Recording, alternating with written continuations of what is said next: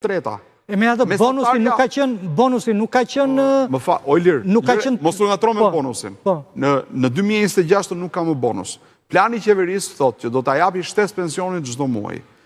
Nuk parashikohet më bonus, është thjesht shtesë pensionit çdo muaj. Dhe këtu, 1/3 afërsisht merr shtesën maksimale, se janë pensionet më të ulta, merr shtesë me 18.000 lekë në muaj, ka një pjesë që merr 10.000 lekë në muaj, ka një pjesë që merr 6.000 lekë në muaj. Në mesatare në totale, rriten rreth 10.000 lekë në muaj për çdo person. Dhe nuk ka më bonus, është vetëm rritja. Por 100 milion janë 2026. 100 milion janë 2027, si rrjedhim këtu do të jetë 10 dhe këtu do të jetë 10, sepse këtu është mbledhur 18 me 18 në 36, por nuk llogaritet kështu. Ne po flasim për këtë vit sa do shtohet në krahasim me këtë vit. Jo sa do të jetë akumuluar, pra tabela është po ta marrësh të mesatarizuar, ke supozojmë 11 këtu dhe 22 këtu. Dhe ke 150 milion të tjera, ky është plani buxhetor afatmesëm.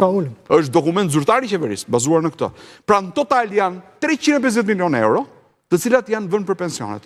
Tani, të më thot dikush mua nga e nxori Rama 1.7 miliard euro për pensione? Mund ta them unë që se do ripite?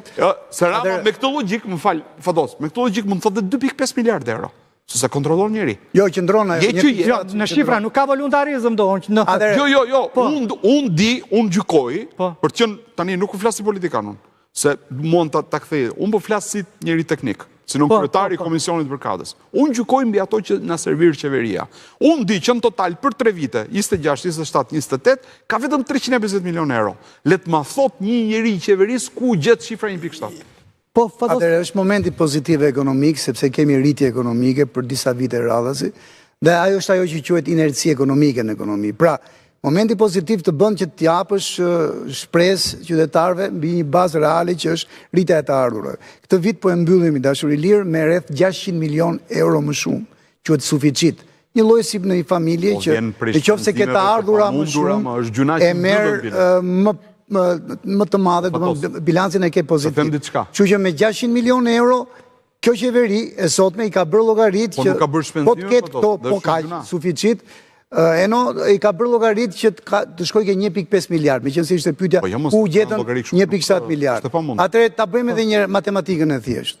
100 milion, 104 janë në fakt sepse euro me lekun... Të qëndrojnë donë tek mënyrë të individualizuar. Dakor, po... Për çdo individ. Jemi Gjirokastrit i duam ato llogarit të shkoqura. Pra 104 milion euro janë në vitin e parë, sepse janë 10 miliard lek, që po të përkthehen shkojnë 104 milion euro për vitin e ardhshëm.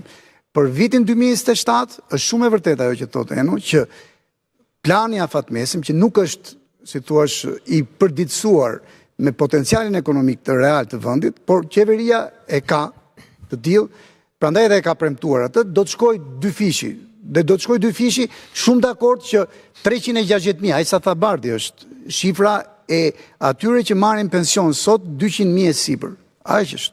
360.000. Pavarësisht se nuk është një treta, nga sa? Nga 720.000 që kemi sot. Do gjysmë. Po, ata marrin pension mesatar 200.000 e sipër, dhe ata do ta marrin 18.000 lekë. Pjesa tjetër është shumë e drejtë. Ka kategori që e marrin edhe 8.000 lekë, edhe 6.000 lekë, që është pjesa e pensionit social, apo jo Bardi.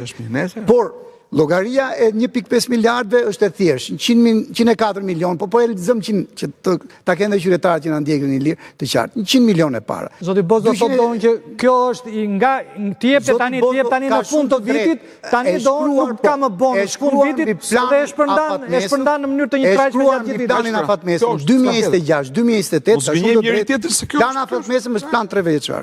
2026-2028. Me dokumenta ka shumë të drejtë, aq ka lexuar dhe ka shumë të drejtë kur nuk është, si thua, për 5 vite 1.5 miliard. Unë po ta them pse është për 5 vite 1.5 miliard, sepse ke 600 milion e kumuluar pastaj në vitet e ardhshme që shpresohet të jetë po ajo rritje ekonomike, ke diku ke 200 milion për 2027, 300 milion për 2028, 400 për 2029, 500 milion gjithnjë për këto bonuset. Flasim thjesht për bonuse, jo për rritje reale të pensioneve.